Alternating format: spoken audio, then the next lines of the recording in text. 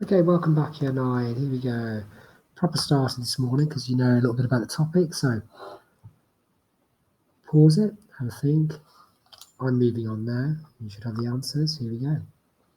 Okay, the last one was an application of the formula, and the rest you should know the units, what we measure stuff in.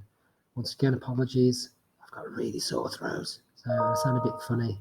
And people keep trying to get in touch with me all the time. Can you make them my email digging? I will see to them in a minute. Okay. So let's go back to PHET. I love this. If you have not used this, right, do so. Think of it as a homework because PHET have got lots and lots and lots of simulations. So here's our simulation. These things are electrons, they're real particles, they're traveling through these solid wires, okay? So they're physical things. And this model doesn't demonstrate much beyond what a flow of current is, but we're going to talk about something called a resistance. So let's get back to this then. So electrical current, okay, is caused by a flow of electrons through a conductor, and conductors tend to be metals. Okay, and these are electrons, and these are the nucleuses of metals. Okay, the positive nucleus. And you should have an idea about the knowledge of what an atom looks like from your chemistry. Now, metals have lots of electrons that are delocalized. That means that they can move throughout the metal. Okay, let's look at these notes first. We'll revisit them in a bit. So metals have too many electrons really for their atoms. And so a number of those electrons can actually just move from atom to atom and move through the material. Okay, just like in the PHET model there. These delocalized, we call them delocalized because they're not local to anywhere. Okay, they can move between the points of a potential difference. In other words, if you've got a battery connected to a conductor and one side is connected to the positive and one's connected to the negative, we'll get a flow of electrons. Okay, so that's the basic idea. Now, here we go. So to just expand upon our pH model of current, you're right.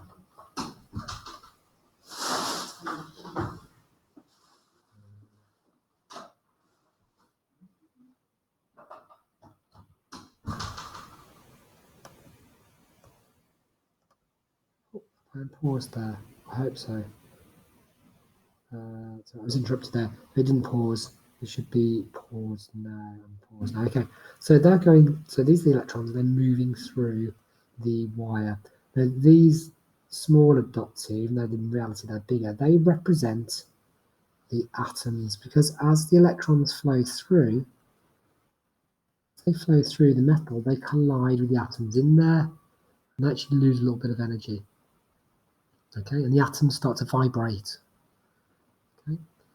And that vibration, as you know, when you make the particles in a solid vibrate, that's an increase in temperature. And it's the collisions as they're trying to get through the conductor. That's what is called resistance. It tries to stop the flow of current. If there's too much resistance, that only a very small current will flow.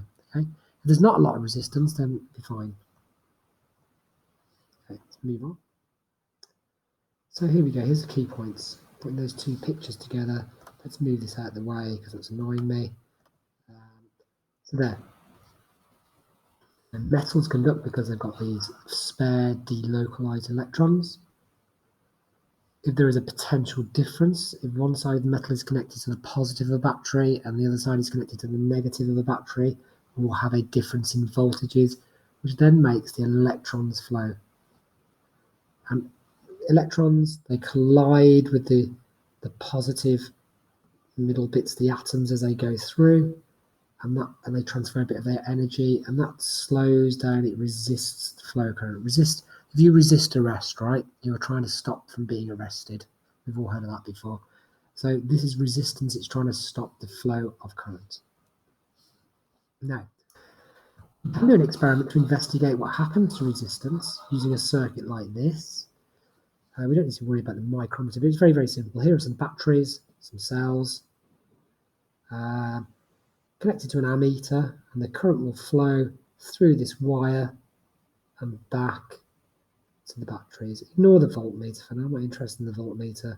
The current goes from one side of this battery through the ammeter, through that crocodile clip there, look, and then along the length of wire, the way it gets picked up by this crocodile clip and round and round and round, okay? And then back to the cell. Now this experiment is designed to investigate what happens if we make this bit of wire longer. So if we take the crocodile clip there and connect it onto there, or if we make it shorter, connect it to there. Okay? Now, thinking about resistance, if that wire is longer, the electrons have more collisions and they will lose more energy, and they will, therefore, the current will be slower. So in theory, that is what should happen. Okay, and we can write a hypothesis, or ignore that, that's an experiment. Here we go. So we can actually write a hypothesis. My hypothesis would be something like this. My hypothesis is that as the wire becomes longer, the current will decrease. Okay, and we know that's true. Okay, the Victorians found it out at the end of the 1800s, and they put a telegraph wire from Cornwall in England all the way to New York in America and sent telegraph signals through it. And they had a very hard job getting electrical current through it because the wire was so long, it had a big resistance, it was really difficult to get a current to flow. In the end, what happened is they tried to force a really big current through using a big voltage, and then the wire broke somewhere in the Atlantic. A few people were jolly angry about that. Anyway, move on. So that's your hypothesis. The wire gets longer, the current decreases. This is because electrons will have more collisions with atoms. Now, this is explaining the science. This is high-level stuff. Therefore, there's more resistance to current flow. Should have put a full stop there. That's a spag mark lost for me. Okay. Now, because we're not actually doing the experiment in real life, here are some data. Pause this and do these 4 things. And let's unpause. I'm not doing true or false yet. Let's crash out of that. Let's have a look at a camera. I've got a camera attached. Can you see that? Let's just have a check what your graph should look like. Okay. The length should go on the x-axis because it is the independent variable. We chose to change the length of this conductor. Okay. The current is the independent variable that we're measuring. We put that on the y-axis, and obviously I label it current in amps. Cursor, and at the bottom, length in centimeters. Okay, sorry, that was the caretakers coming around to check that I was still alive. Okay, and here we go. I've plotted my points and put a best fit straight line through it. I think this point here, these points get a bit dodgy, don't they? Yeah. One of these is an anomaly somewhere. It could be that one. Okay. But anyway, that's what you should get. Okay. So for a good graph, let's focus that. We need titles, labels, correct plotting, neat crosses, best fit straight line, correct scales. That scales going up in order at the side scale there. Take a pause and look at it. Okay. This is all good plotting stuff. Now, I have been naughty. I did mine in pen. You really should do it in pencil. The idea being is that you make it so you can rub it out. Now, I know in a real exam, they want you to draw in pen because that gets picked up better when they copy the pictures. But do it in pencil first, just in case you make a mistake. You have to rub it out and start again. Okay? Good. Now, I think we're now going to move on. One final thing. True or false? 5 questions. Pause the video. And I'm back now, so false. Current is measured in amps. False. Resistance increases with increasing length of a conductor. Increasing the thickness of a wire means more current can flow. That's true.